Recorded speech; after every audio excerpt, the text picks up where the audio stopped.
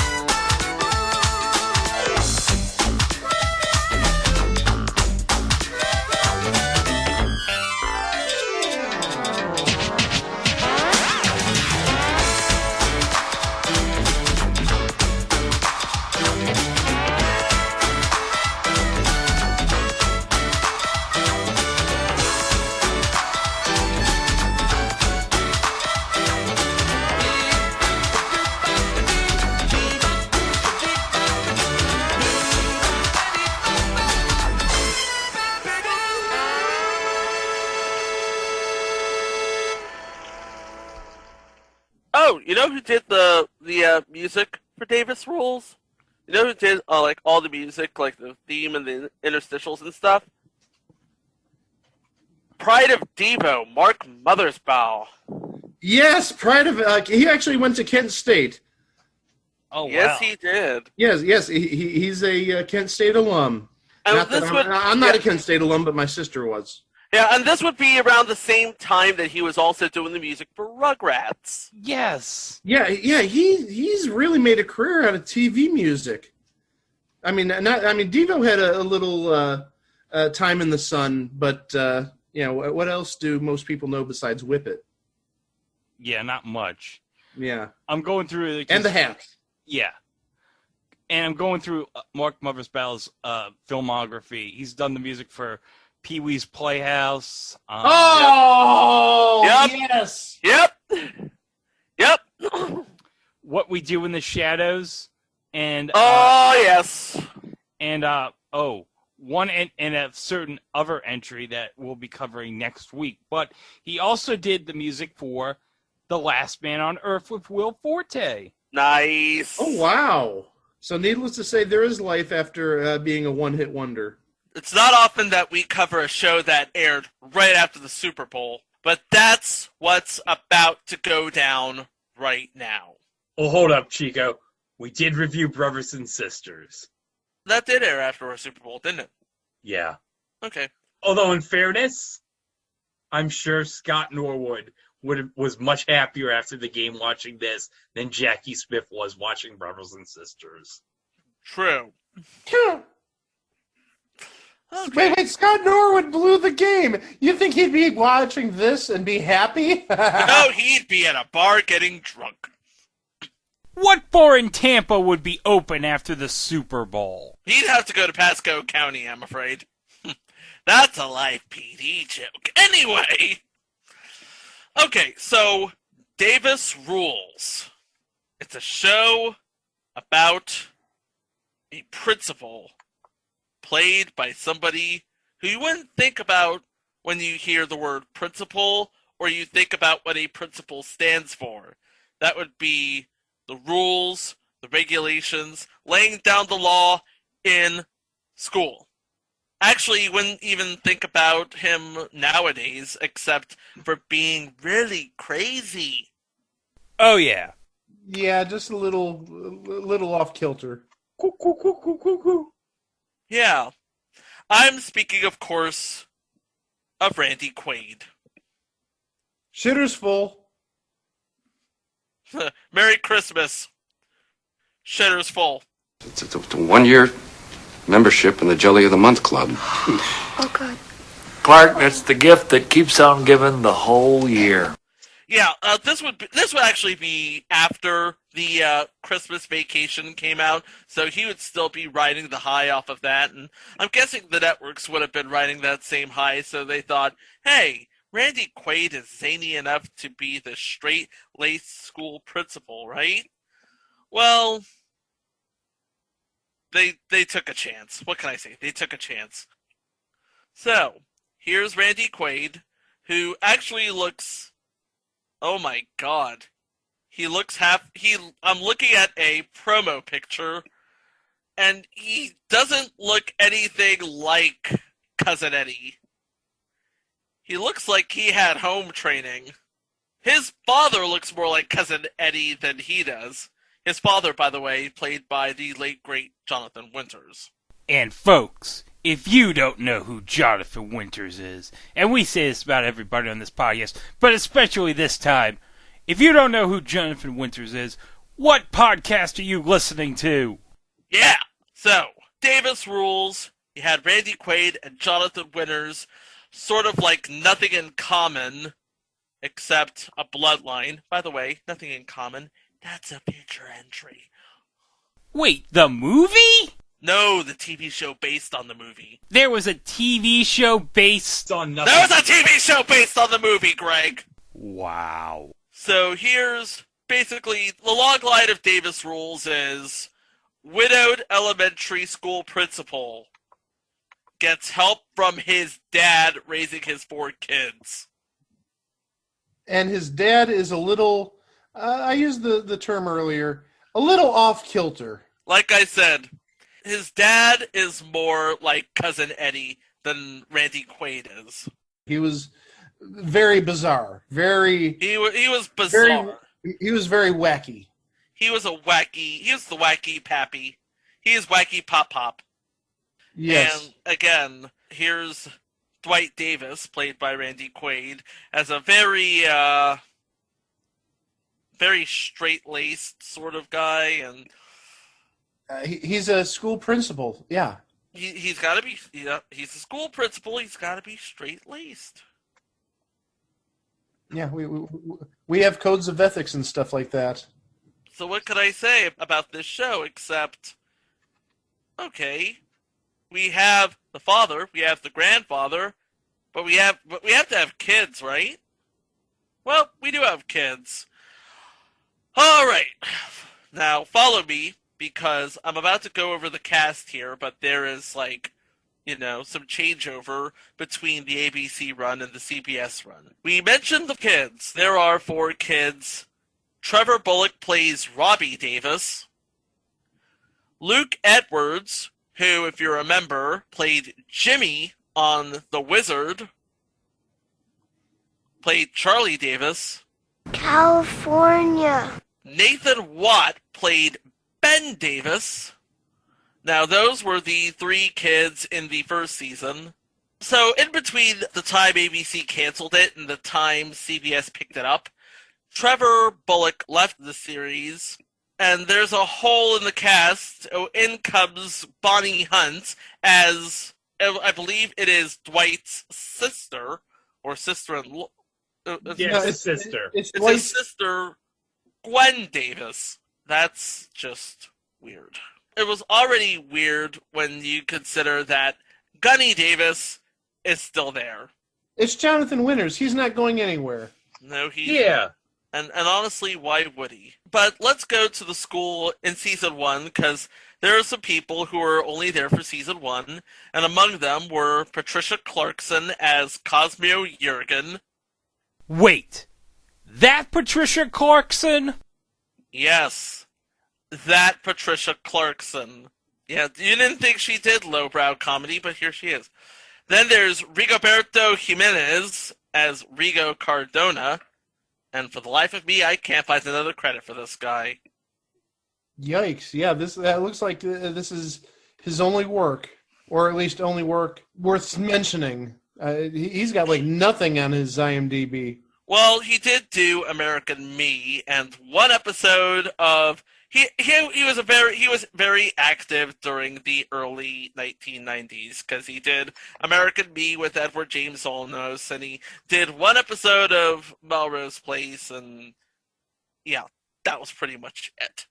And then you have Mrs. Elaine Yamagami, played by Tamayo Otsuki, who was actually in one of the CBS Summer Playhouse pilots. I'm guessing it wasn't The Infiltrator. No, it was not The Infiltrator. Oh.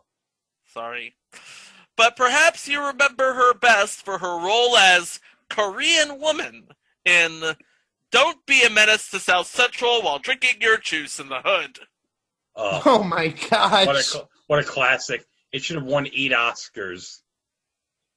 The soundtrack is amazing. I can't believe we've actually mentioned that movie on this podcast. I never thought we'd do that. Well, I thought you were going to say, I can't believe you said that movie should have won 8 Oscars, which it should have, by the way.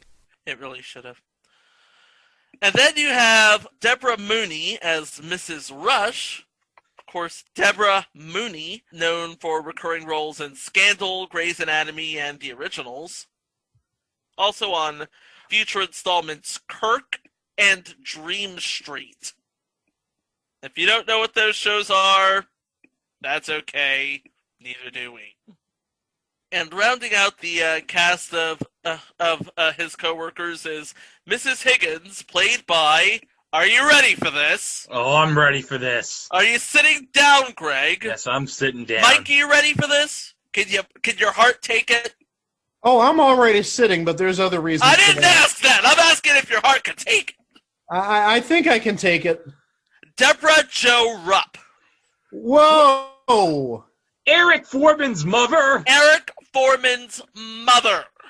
So we talked about Eric Foreman's mother, and eventually one day we'll talk about Eric Foreman's father in future installment, The New Adventures of Beans Baxter. Yeah, dumbass. Now, at the end of season 1, we would say goodbye to Patricia Clarkson, Rigoberto Jimenez, and Deborah Jo Rupp. But we would add, of course, Bonnie Hunt, but we would also add perennial teen heartthrob actor extra add-on Giovanni Ribisi. Oh gosh, what wasn't he on back in the day? What wasn't he on back in the day? Yeah, and also, Mike, he's in Donruss Americana. Yes, he is. He's in Donruss Americana. He is? Yes, he's in the Donruss Americana card set. Okay, now before we get to the episodes, I actually have a, quote, in-canon explanation as to what happened. What happened to the oldest son and his friend between season 1 and season 2? Let me guess. He went to the same spaceship Chuck Cunningham went to at the end of season 2 of Happy Days. No, nor was he made an example of by the Philly Mafia. So don't ask. They were actually written off as foreign exchange students.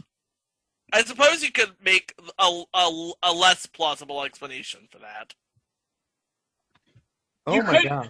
You couldn't write that he got sent to military school or something? No, because you would actually have to show the military school. Foreign exchange students?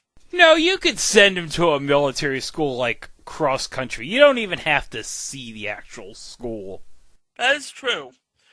And as for Skinner's sudden appearance... Skinner? His parents were archaeologists in Latin America, and Dwight became his legal guardian. What? Yeah. Exactly. This was basically a master class in how are we going to explain all of these changes. Interestingly enough, the show did garner a couple of Emmy nominations, so it wasn't that bad. And actually, Jonathan Winters won Outstanding Supporting Actor in a Comedy Series. Yes! And of course, it airing after the Super Bowl, you know it got ratings to start out with. Oh, it got eyes, definitely. I'm just wondering what the hell happened afterwards. Well, Chico, now that I look back at it, at least on ABC, it aired on Tuesday nights normally. Oh. And Tuesday nights, you know what was on Tuesday nights on ABC back in 1991. That would be the Roseanne show. Yeah, so you know what I'm thinking? It couldn't hold Roseanne's audience. But it's like you're reading my mind. Absolutely. So I'm guessing that a vast majority or a good percentage of Roseanne's audience didn't stick around for the comedic antics of Randy Quaid and Jonathan Winters. Okay. If you thought this show was an exercise in believability, are you ready for this? Okay. This was the episode that this was the pilot. This was the episode that aired after the Super Bowl. Okay, This is the set the tone. this is what set the tone. This is after Scott Norwood went wide right, and it's okay. The Super Bowl's over. Okay, what an exciting game. Now let's get into Davis rules. Yes. Yes, by the way, Whitney Houston. Epic. Epic. And I'm sure everyone is so excited because the night before they watched Tag Team. So everyone's like, okay, we saw this great pilot with Roddy Piper and Jesse Ventura. We saw an amazing Super Bowl. What's going to happen next here on ABC? And also, we should mention Whitney Houston's national anthem. We'll be talking about it at some point next year. Oh, we're going to finally talk about that next year. Oh, yeah. Hopefully. Oh, yes. Here's the details on the pilot episode. It's called A Man for All Reasons. Because get it? A man for all seasons. That's the joke. I know.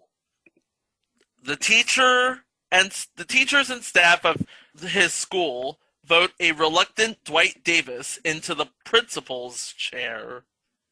So immediately we're thinking, Dwight Davis is a fish out of water, trial by fire principal. Yeah, because he doesn't want this job. He's like, he didn't want this job. He didn't ask for the job. Why did you give him the job? He specifically said, I don't want to be the principal. And the staff were like, who cares? We're going to make you the principal. Wait, I need to chime in. In what school district do the teachers and staff vote in somebody to be principal? Welcome to 1991, Mike. Okay, I don't get it because, every principal I've worked with had to apply like anybody else. They weren't just voted in, picked by teachers and staff. Well, Mike, wouldn't you like to be voted in as a principal? Now you see... Say no. Say no, Mike. Say no. Well, hold on. People have actually said I'd be a good principal, but the thing is I don't want to be a principal. I get that at the same time. It's like, you would make a good laboratory supervisor. I'm like, I would make a good supervisor, but you know what else? But you know something? I don't wanna. It's like, you should apply for the laboratory supervisor job. I was like, I should, except for one thing. I don't wanna. That's basically the quandary that Dwight Davis finds himself in. Yeah, I mean, some of us like teaching and don't necessarily want to ascend the ladder for various reasons. Mm-hmm. Okay, episode 2, which would have aired, of course, in its regular Tuesday night slot after Roseanne, which it couldn't hold the audience, so... Rules of the game. Romance may stir between Dwight and the algebra teacher he hires to tutor Robbie. Ooh! Yeah. So already we're starting into the sitcom tropes. It's like, horny student, hot for teacher. What's a father to do? A father who, by the way, is also the principal at your high school. 'Cause that's not awkward at all. That's not awkward at all. It's a little bit awkward. Episode 3, The Trouble with Woman. Ben is having trouble getting rid of a pest at school, but Big Brother Robbie is more than willing to step forward and stick up for the Davis family name. Sadly, I do not know what the trouble is. But I'm guessing because it's little Ben Davis, there's a bully involved. Episode 4, Guys and Dolls. Dwight's jealous when Gunny says he saw Cosmo with another man. And Rigo serenades his dream girl, Debbie. This, by the way, would be the Valentine's Day episode, hence the romantic overtones. Episode 5, I'm gonna screw this up so bad, and I apologize. Pomahak Day Massacre. Pomahak Day tradition demands that every request be honored. So Dwight gets stuck escorting an adoring student to a school dance. That's not awkward.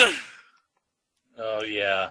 That's the last thing I want to do as a principal, is escort a student to the friggin' dance. Remember, this is only 3 or 4 years before Mary Kay Letourneau. Episode 6. Yes, I'm the Great Pretender. Dwight becomes concerned with Charlie's nightly calls to Cosmo. Is Charlie looking for a new mom? Remember, Charlie is, if I'm not mistaken, Is played by Luke Edwards. yeah, he is the Luke Edwards. So do you know where he was probably searching for a new mother in? California. And why not Patricia Clarkson? Oh yeah, I mean, come on. It's Patricia Clarkson. Yeah. I mean, you could do a whole lot worse than Patricia Clarkson. Also, do you know where he could hook up Randy Quaid and Patricia Clarkson in? California. I told you not to say it. Anywho, let's go to episode 7. Give me the ball. Robbie has the drive to play basketball. Unfortunately, he lacks the talent. Yeah, that's my excuse too. Well, you have the height advantage, Mike. Yeah, but I don't have the talent. Hey, if this episode was in like another 4 or 5 years, he'd be a Luke Longley type player. Yep. Hey, let's give it up for the fat guy slam dunk. Episode 8. Twisted Sister. Dwight's sister comes for a visit and has an interesting proposition for the family. Can she convince them to leave town? Yeah, I'm guessing this doesn't go well. No, it probably doesn't. I'm guessing that that they're not successful in getting her to leave town anyway because, well, we still have a good 20 episodes left. So this is our first taste of Gwen Davis, and I'm guessing she takes after Gunny because she too is a little bit Yeah? odd. Would you say odd, Greg? Yes. Okay, episode 9. Take this job and love it. Robbie rebels under the weight of being the principal's son. Told you it gets awkward. Ms. Higgins fights teacher stress. Also believable. This is probably one of the most believable episodes of the series. Because teacher stress is a real thing, and when you're the principal's son, it gets really, really awkward really, really quickly. I do want to add that one guest on this show is Mina Cobb, or Kolb. She may not be well known for many things, but one thing that she did about 10 years later, she played Jeff Garland's mom on Curb Your Enthusiasm. Whoa! Really? Yeah, I'm not joking. Jeff Garland played Jeff Green, and she's credited as Jeff Green's mother on, it looks like, at least 5 episodes of Curb Your Enthusiasm between 2000 and 2002. Well, how about that? That's something. Okay. And she's still with us at the age of 94. Oh, thank goodness. Thank So there's a double bonus. Okay, episode 10. Sign of the Times. Rigo and Robbie want to join Dwight's poker game. Will he stoop to let them? So apparently Dwight has standards, and Rigo and Robbie do not. Episode 11. Habla Español. Robbie makes a new friend who turns things upside down. Meanwhile, a new student upsets the Spanish teacher. Oh, no. Oh no. Ay caramba. Santa Monica! Wrong Santa show. Maria! Santa Maria! Yeah, Santa Barbara. What is this? The surf report? Oh, my God. Oh boy. Past Century Condo, by the way. Past Century Condo. Episode 12. Mission Improbable. Who's fooling who? Dwight tries to trick Gunny as he plans a birthday party, but Gunny has some tricks of his own. And I should mention, Chico, this is the second appearance on the show of Bonnie Hunt as Gwen Davis. Interesting guest star on this episode. Are you ready for this? Okay. Angela Watson. Don't Angela know, Watson? Don't know who that is. You don't know Karen Foster from Step by Step? Oh, that person. Okay, yeah. Yeah. I mean, I know she wasn't in much after. Listen, she was no Stacy Keenan, so Is anyone Stacy Keenan? no, Anybody? no. Not even Christine Lakin is Stacy Keenan, and Christine Lakin is awesome. Yeah, she's a real one. She's a real one. And the season finale, and also the series finale as far as ABC is concerned, Soap. Charlie bets on how long he can avoid taking a shower. Oh, God. Yeah, that's worth a cancellation. Why? Dwight wants to confront a journalist, and Gunny seeks romance. Ooh! At this point, they're like, you know what? Screw it. Let's just do this episode. Yeah, I don't know if Brandon Stoddard was still with ABC in 1991, but I bet he probably watched this episode and said to himself, screw it! Well, I do want to mention two people on this episode. One isn't necessarily a name, but he's going to come up sometime in the future because this is definitely on our list.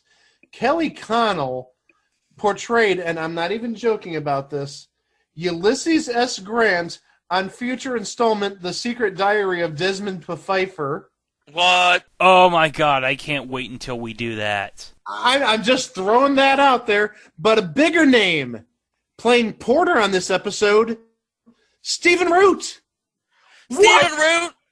Bill Stephen Dauterive! Root! Bill Dauterive! I'm talking about Bill Dauterive, yes. Or Milton.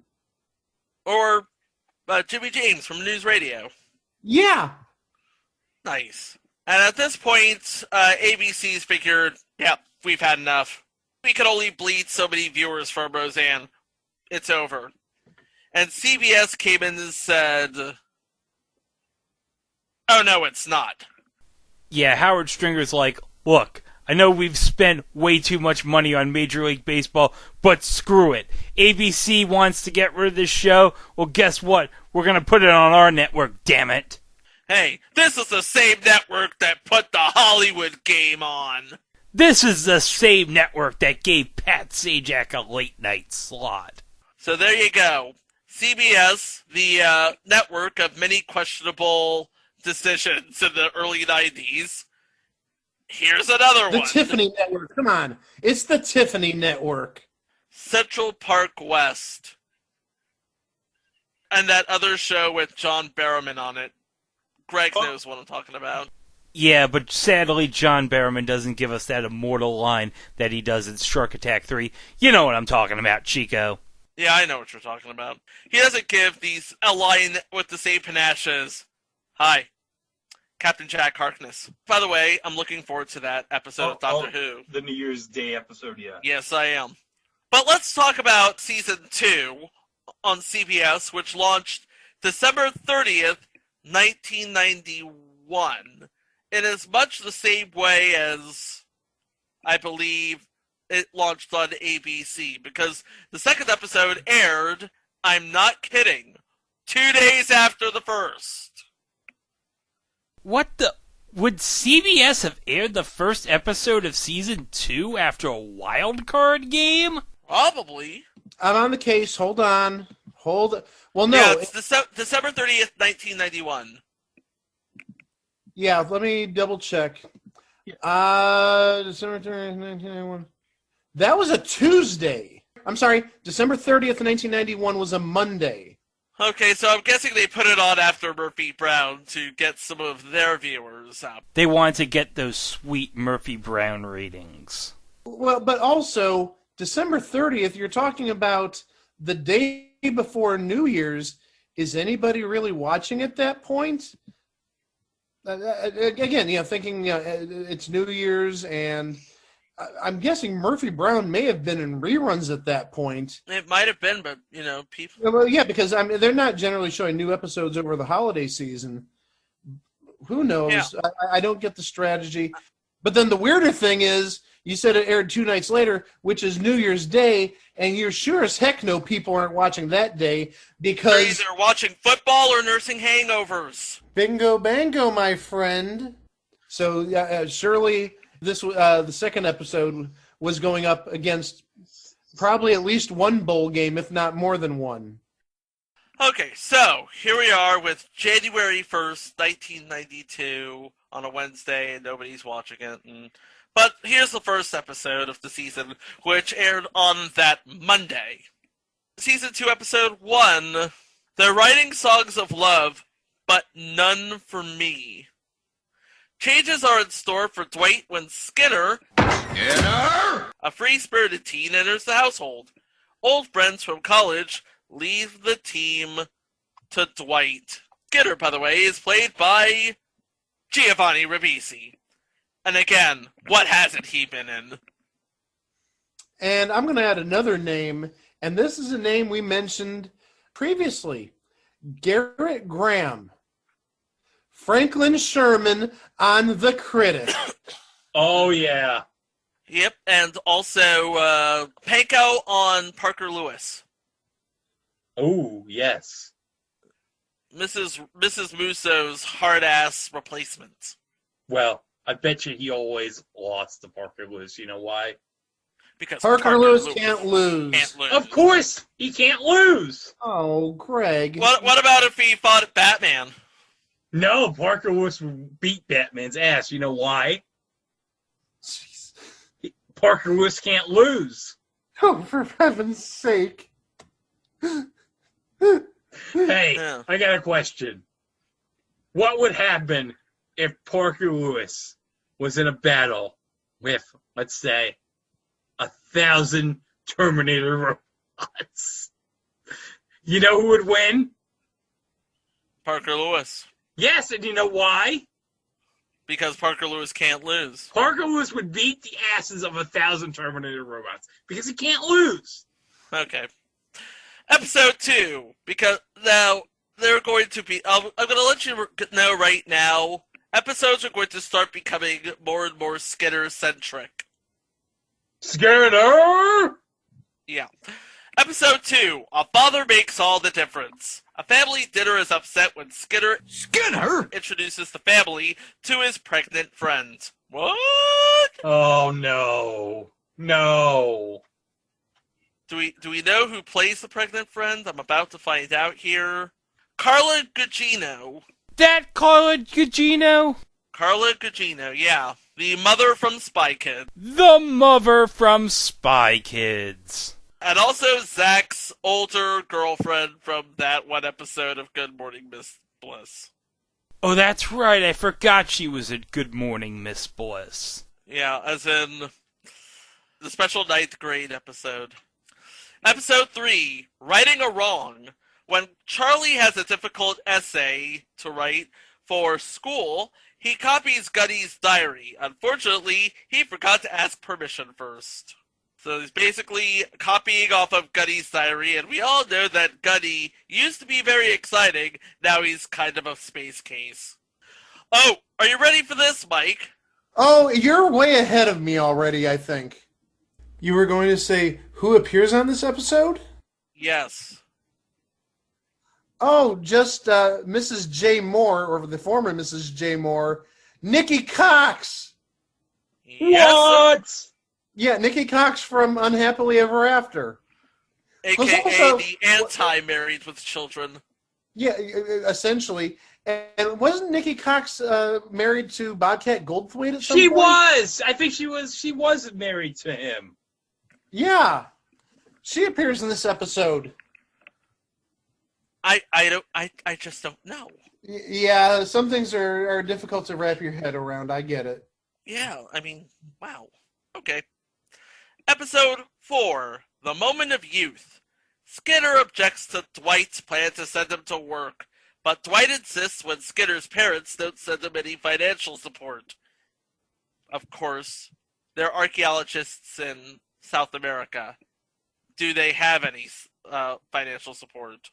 Interesting names in this episode. Kristen Datillo and Jennifer McComb, I think they've both done at least one soap opera. I may be wrong on that, but definitely Kristen Datillo. Next episode, it's the first of a two-parter. Love at First Sighting, Part 1. When Charlie constructs a telescope for his science project by using toilet paper and paper towel rolls, Dwight manages to spy on the girl of his dreams through it. I have to see who the girl of his dreams is played by.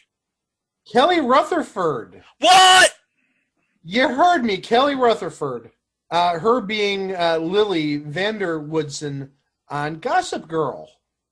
Nice. Yes, so an actual known name there, if you will. But we're not done with our lovely Erica here. Her name is Erica, by the way, because here comes Part 2.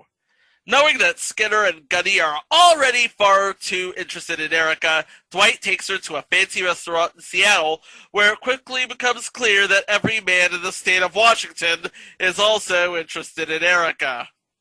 Wait, what'd you say? Everyone in the state is interested in her? Everyone in the state of Washington is interested in Erica.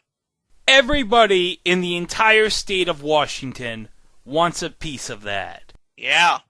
Everybody in the state of Washington. Everybody in the state of Washington. Hey, Bill Gates, Howard Phillips, because this would be 1992 and he would still work for Nintendo of America. Yeah. A younger Jeff Bezos.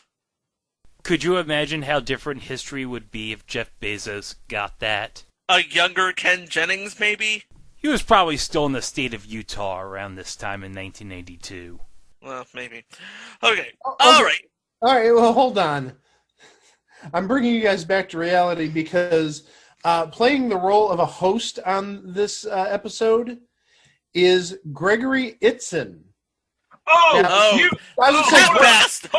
bastard! That jackass from 24! I was just going to say, Greg might appreciate this. He played Charles Logan, the vice president and eventual president, on 24. Yeah, Charles Logan. Yeah, He ruined Gene Smart on that show. I think I speak for everyone. I think I speak for everyone here when I say, feel free to bleep me on this. That guy. Oh, yeah. Charles Logan. Oh, my gosh. Charles Logan, the biggest heel in the history of television. Yes. I'm not wrong, right? You are correct, sir. And the horse he rode in on. Next episode. Gunny's ex. Oh, my! Gunny's ex-wife returns, sparking some romance. By the way, Gunny's ex-wife, played by Audrey Meadows. Yeah, but also we need to add another one. There's the captain in this episode is played by Franklin Cover, who played Tom Willis on The Jeffersons. Oh my goodness! The biggest, if Charles Logan is the biggest heel in the history of television, then Tom Willis is the biggest welcome mat. Yeah, you could say that. Nice guy, but you could just walk right over him. You had Tom Willis and you had Audrey Meadows on this episode. That's pretty big company there. Mm-hmm. It was sweeps. It had to be big. Next episode is Happy as a Clam. A friend convinces Dwight to invest in a clam farm. Said friend is played by Richard Gilliland. Oh, you mean that same Richard Gilliland from future installment Just Our Luck? Mm-hmm. You think maybe TK Carter told him, you know what? You should invest in a clam restaurant. You need to invest in a clam restaurant because clams are the food of the 90s, you see. Oh, yeah, I got that. The joke of potatoes are the food from the 80s from Good. Boil a bacon fry. You can boil a bacon fry and believe they're the food of the 90s. We are now in the middle of National Potato Month. Yeah, and thanks to that, Zach lost millions, thousands of Miss Bliss's money. Great job, Zach. Yeah, he becomes governor of California one day. Anyway, Yeah, can you believe that? The state of California elected Zach Morris, but you know what? I guarantee you, unlike Gavin Newsom, he never talked about Tugboat on Twitter with Ken Jennings. next episode, please. Episode 9. Someone to watch over them. Oh, our friend Kathy's back. And she's brought her baby. And Skinner tries to help her out by setting her up on a date with his teacher. Oh, boy. Uh-oh. However, he hasn't considered a lot of possible problems, like her feelings. Or his own. Yeah. So we have single mother Kathy on a date with a teacher. But here's the thing. I think Kathy is actually in love with Skinner. Skinner is actually in love with Kathy. Therefore, Kathy and Skinner should be together. But then there's a baby. I have to find out who plays the date that Kathy ends up with. Probably Mark Moses. He's the only male guest on this episode. And Mark Moses actually has been in quite a bit of stuff. Maybe most popularly, he was Duck Phillips on Mad Men. Ah. So not a bad-looking person there. Also, he played Paul Young on Desperate Housewives. Mm-hmm. Okay, next episode. Bells. And that's why the housewives are desperate, because Mark Moses is not a bad-looking guy. No, he is not. There you He add is- one together. He's better looking than my ass. Okay, episode 10. Bells, bells, bells. Gwen is visited by an ex who doesn't intend to stay an ex for long. That would be, the ex is played by Nick Ramus. Any relation to Harold Ramis? Sadly, no. So we've had our Skinner episodes. Now it's time for a Gwen episode. Yay. Next episode, Strike Down the Band. Okay, this is another relatable one. Dwight must get creative when budget cuts force him to cut portions of the school's arts and sports programs. Oh gosh, does that hit home? And actually, two names worth mentioning on this episode. Playing Marty is Stephen First. Babylon 5 and Miss St. Elsewhere, but mostly the Babylon 5. Well, I was going to say Animal House. Animal House, yes. But all of your answers are definitely valid. And Stephen Hurst also, again, Game Show Connection, played the Pyramid early in the $25,000 days. Yeah, well, when he was on St. Elsewhere. When he was on St. Elsewhere, yes. But he didn't appear on Match Game Hollywood Squares, I don't think. Boo. No, he wasn't on the No. St. Elsewhere week. No. No, he wasn't. They gave his chair to Howie Mandel. Yeah, he was on Squares back in '79 though, on the network version, and he was on All Star Blitz. And I remember he was on the new Hollywood Squares back in the late '80s, and Blackout and Super Password. So he definitely made the rounds on game shows. That's just the first person. The second person, Ernie Sabella. When I was a young warthog! I don't even think that was the answer I was going for, but I'll accept it. Yeah, Lion King. Yeah. No. What I was saying is that wasn't the answer I was going for. Wait, he was Ernie Sabella was on It's Your Move. And also, Ernie Sabella was on It's Your Move. See, I wasn't even going there to the Lion King. I was going to It's Your Move. And also played Leon Carosi on 6 episodes of Saved by the Bell. Yeah, that's right. Yeah, I remember that. He played Leia Remedy's dad. Yep. Yes, he did. Man, we're just talking about Saved by the Bell over the place this episode. Oh, but yes. Next episode, everybody comes to Nick's. Skinner is left to babysit. When a blues great is in town, he takes his charges along for the music. Skinner. Skinner. Episode 13, A Foggy Day on Puget Sound. Gunny and Dwight attempt to bond by fishing together. Unfortunately, they get lost on the way due to foggy weather. Because it gets foggy in Seattle, y'all. Oh my gosh. I'm going to lose it because playing the Coast Guard officer who presumably saves them, a name we mentioned previously, Brian Haley. He was on Pachinski. He was on Classic Concentration for about 4 days in 1988, and actually his episodes just reran within like the last 2 weeks. Oh, nice. Yeah, he was the stand-up comic with the short haircut, the crew cut like Drew Carey. Absolutely hilarious guy on the Classic Concentration episodes. Oh, but yeah, he was on Puchinski. And so we obviously mentioned him. That was like episode 50-ish, I think. It was 50, 51, yeah. It was about episode 56. It was in the 50s. It was during our pilot month. Yep. By the way, we'll be doing another pilot month in 2021, so something to look forward to there. And we've got it stacked. We got some good ones. You're going to love our nuts here. Thanks, Vince. Thanks, Vince. Episode 14. Gwen's lonely, so Dwight and Gunny decide to find her a date. So what's the name of the episode? Fairy Tale. Fairy Tale. Get it? But it's spelled Ferry. Because Seattle.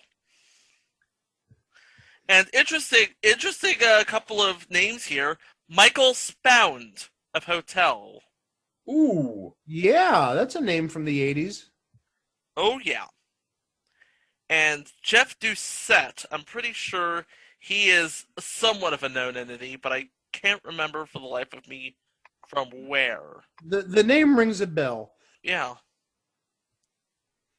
Looking, he's got credits all over the place. Guys, he played.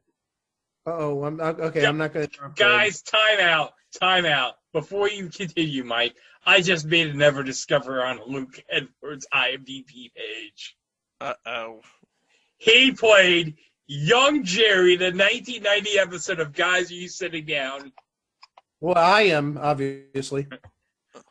Parker Lewis can't lose! Oh, no.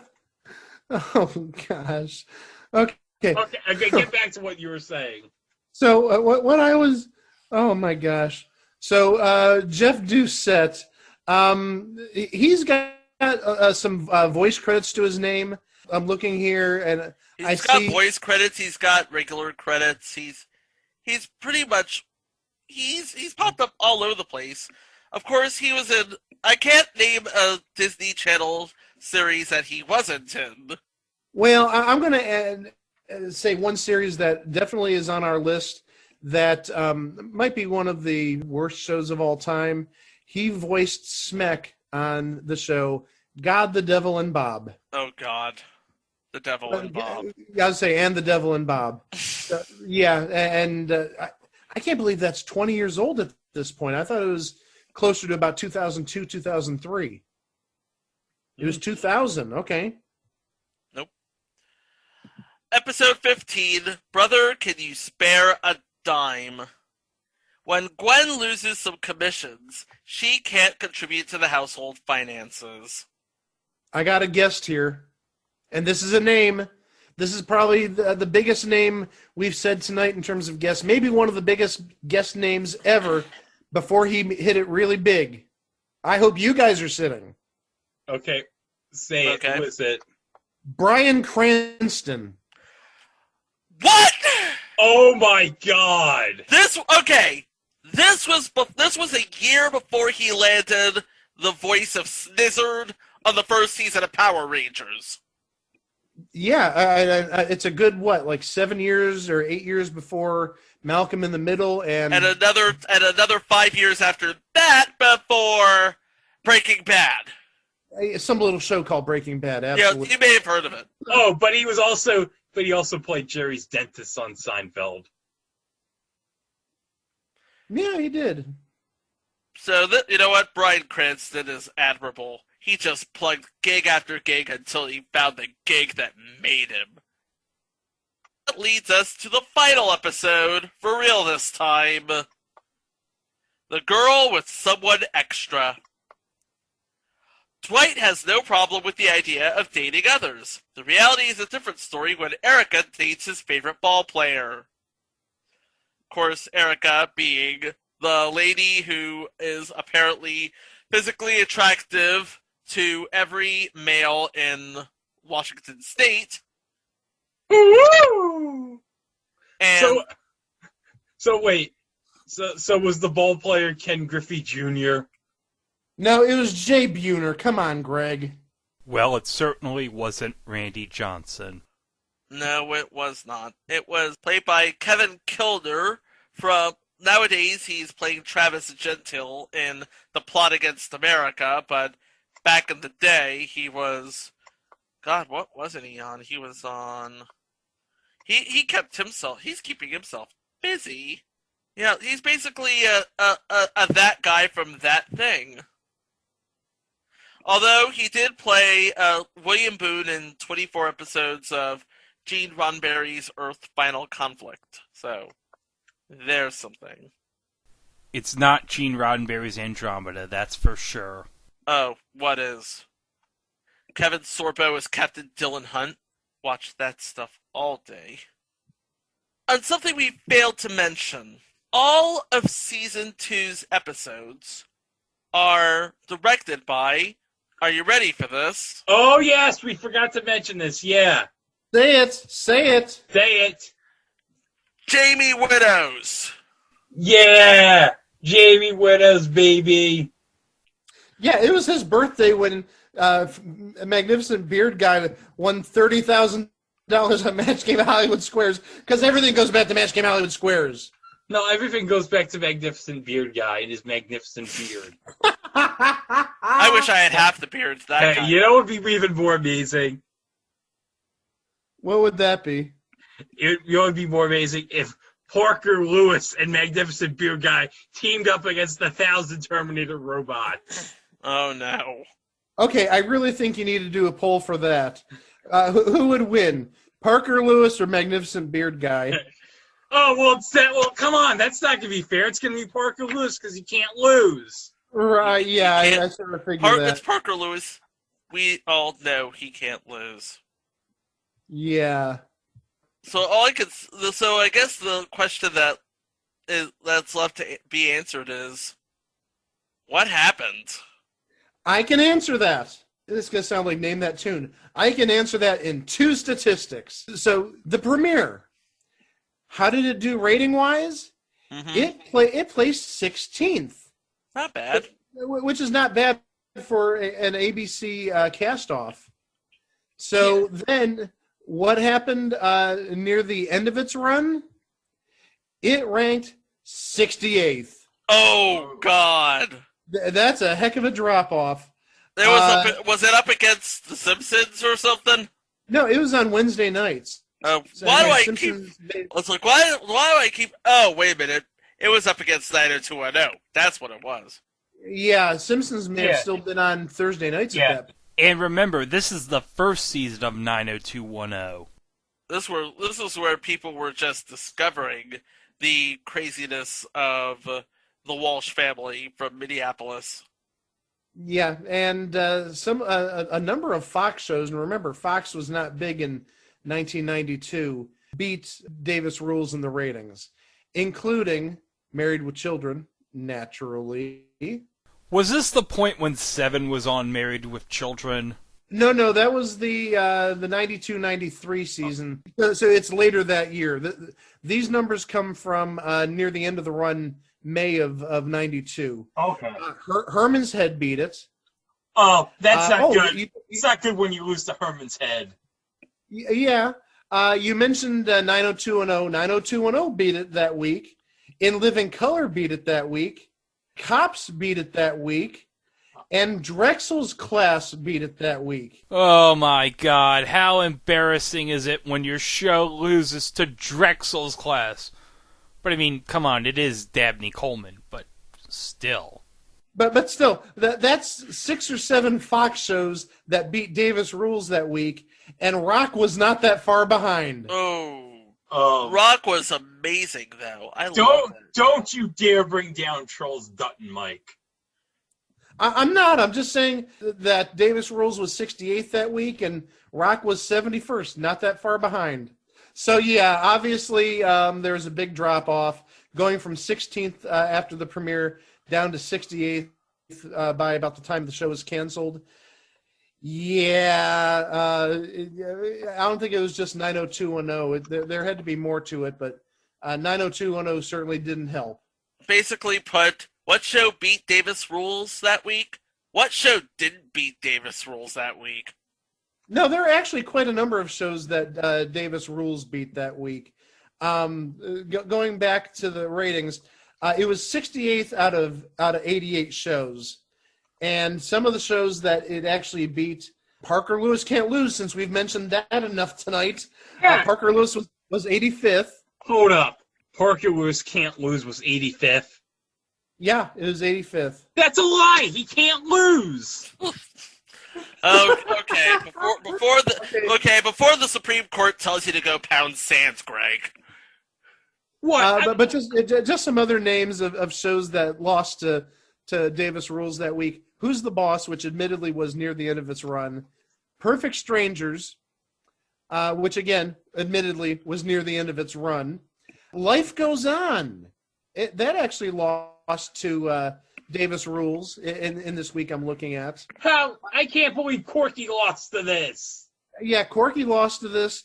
Brooklyn Bridge, a good show from back in the day on CBS. Yes, a legendary short-lived show on CBS. A very good show, yes. And also, I mentioned Rock, but also Dear John. And Dear John... Which would also be on its last legs, if I'm not mistaken. Yeah, that was either its last season or second to last. You got it. Yeah, I mean, America was like around this time. Look, Judge Hirsch, we're not feeling this anymore. It's like we were feeling it, then we were really feeling it, now it's like, now we're not feeling it. That ain't it, Chief. But yeah. That was basically the life and times of one Dwight Davis. Mild-mannered, surprisingly mild-mannered principal trying to do his job, a job he didn't want, by the way, raise his kids he adored, by the way, and his dad, a dad that was a little, by the way, and basically trying to fix everything that he found himself in the middle of. Yes, it sounds quirky, and yes, it seems a little bit weird, but back in 1992, it was a thing on TV. But lest we leave you a little bit high and dry here, there is something else I have. Oh? Oh. Yeah, I think we know what's coming, yeah. Play the music! Oh, jeez.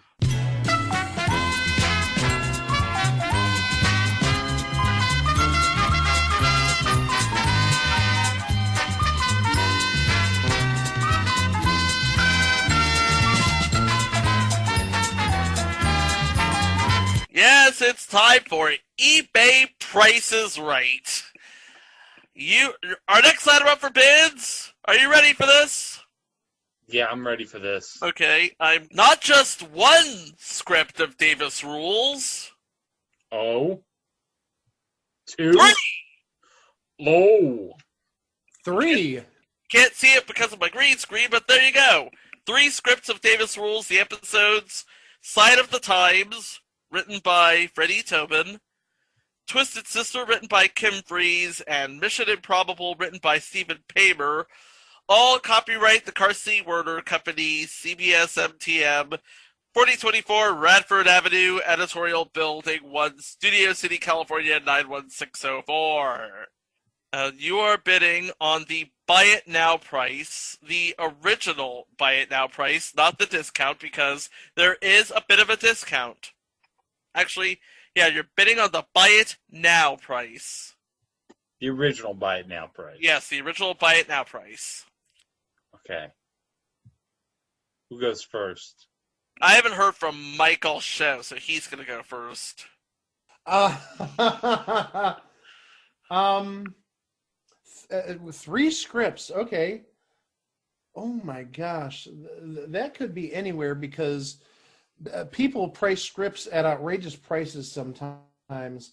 None of them are autographed. It's just regular old They're scripts. just regular scripts, yeah. I'm gonna probably cut off my nose in spite of my face.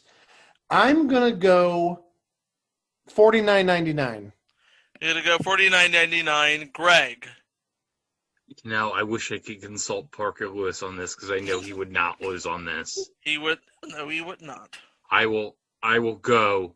I'll give Mike a little bit of room here. I will go $54.99. You go okay. All right, Mike Klaus bids $49.99. Greg Dieter bids $54.99. I have the actual buy it now price. It is. Wow, Mike, you were really close. $50. Oh, that was so close! I wanted the $100 bonus. I wanted to dig in your pocket. No, you ain't sorry, thinking. The hell you are! We have never had. I've been watching too much Bob Barker. I'm sorry. The hell you is, boy. We have never had a perfect bid in the straight up 2-person bidding thing. Mike is now officially the closest. Yes. Oh, And and I nearly bid $59.99. Dang. yeah. Greg, you should have pennied me. That's the lesson there. You're not shut gonna, up. I was thinking that, but I was like, no, I'll be nice. Greg I'll had spare- to be the bigger person. I want to be the bigger guy. I thought, you know what? I consulted Parker Lewis. He said, okay, it's $50, but let Mike win. Greg, you could have been a legend. You took one for the team. Well, for me. Well, that's pretty much all we got on Davis Rules. We have more where that came from. It was a thing on TV.com, isn't it? And of course, you can find all the episodes, all the mini-sodes, all of our social feeds, and again, we have to do a special shout out because we got the attention of a bunch of fans of small podcasts. So we obviously got to do a special shout out to them, right? Oh, yeah. Oh, yeah, especially one person in particular. Mm-hmm. That would be Hype Sports legend, Rick in Baltimore. Yes, Rick, we played Hype Sports back in the day, and we recognize your name from that. So you definitely have been on our radar for some time. Thank you so much. And by the way, in case you ever wondered who Loucho Morks was, Oh, God. that was me. That was him. I was Loucho Marks. I was the one who had, for one day, I had the McLean Stevenson as Groucho Marx from Hello Larry as my avatar. And I was the guy who had all those Gerard Mulligan avatars. Oh, my no. I'm having flashbacks to 2018. What year Oh, is my it? God. All the It's Gerard only 2020. But yeah, we all noticed the name Rick in Baltimore, and all three of us were like, Hype Sports. We remember him. We played against him. He won quite a bit. We won quite a bit. Everybody was getting money. Everybody, well, Yeah. not much money, but we were making money. And so, yeah, we're glad you found your way over here, and we're glad that you said such positive comments about us. We really appreciate that. Keep on listening. Tell your friends that we are, aside from being on It Was a Thing on TV.com, we are also on wherever fine podcasts can be streamed, be it Google, Android, iTunes, Spotify, Pandora. Are we on Pandora? I don't know. But We're on Pandora, I believe. yeah, and we're on YouTube, remember? Yep, and we are also on YouTube. And also, do not forget to like, comment, and subscribe. And if you're on the YouTube, don't forget to ring my bell for updates on future content. I still got to upload episode 117, so I'll probably do that sometime. Yeah, and of This course weekend. we cannot stress this enough. Rate and review the podcast. 5 stars only. I do not look up sex swings on eBay for 4 stars. Oh, jeez. Hey, I appreciate whoever it was that wrote about my dad wanting new rules for football. Whoever that was, I appreciate it. Wink, wink. I don't know who it was, but I'm sure that person had some great taste. Oh, that person's a savior in my opinion because it got rid of the previous review. Oh boy. Okay, one of the shows coming down the pike is a live show that we're going to be covering, a TV event that happened this past Sunday. Yeah, but that episode should be up hopefully Sunday or Monday. So Yeah. This should be old news by the time Davis Rules gets uploaded. But you know what? You can listen to it if you want. Definitely listen to it because please listen to this. When we heard about this, immediately instant induction. We've got to cover this. We've got to do a live show. Yeah, so gotta do a live. And guys, when I saw the trailer for this, I died laughing. I said to myself, this is so stupid and so absurd. We have to talk about this. Oh, and we have to talk about it immediately. I mean, and the thing is, if you've been following the socials for the last 2 weeks, you know what we're talking about. Yep. Oh, yes. But, hey, we do have 2 regular shows next week as well. What? Oh, and it's sort of timely because we're coming up to Christmas. Yay! Okay, we have one show that's a continuation of a show we did previously, and then we have a show that is, well, we'll just say it's our Christmas gift to you. Yes, this is the Mystery Diner spot from last year. I meant to correct myself. It's the Charles Styles Mystery Diner spot from last year. Release the drone. I don't know how this episode is going to match it, but I know we'll try. Yeah, this is good. If this is not a 2-hour-long episode, oh, geez. If we don't extend this out to 2 hours, then we are doing something wrong. Because there's so much to talk about in this show. There is literally so much to unpack. And it's just as much of a train wreck as Mystery Diners. I'm sorry. Maybe even more so. Yeah, even more so than Charles Styles Mystery Diners. Hey, I got a question, guys. Uh-huh. What if Charles Styles Mystery Diners met Parker Lewis? So what happens if Charles Styles Mystery Diners meets Parker Lewis? Yeah. Well, obviously the drones get released, yet Parker Lewis still wins because he can't lose. He can't lose. Parker Lewis can't lose. Yeah, it's right there in the name. Hmm. Well... Oh, also, I should note, the ratings that I shared with you earlier, it was mentioned as just Parker Lewis, not Parker Lewis can't lose. So he did obviously lose his can't lose.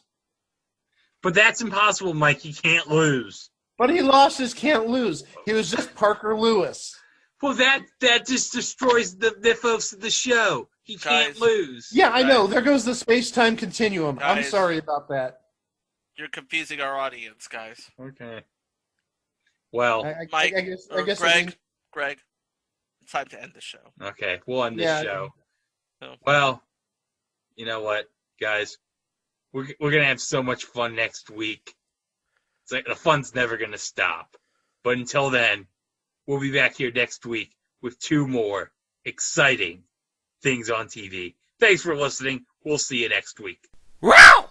Peter, you ready for dinner? Oh, that's just like the Parker Lewis episode when Parker Lewis ate dinner. Peter, nobody cares about your canceled show. Lois, Parker Lewis can't lose. Don't even try and make him lose, because it's just going to be that much more embarrassing for you when you realize that he can't lose. Would he win in a fight with Batman? Well, Chris, think about what you're saying. Parker Lewis can't lose. Heretofore, Batman can suck on that. California.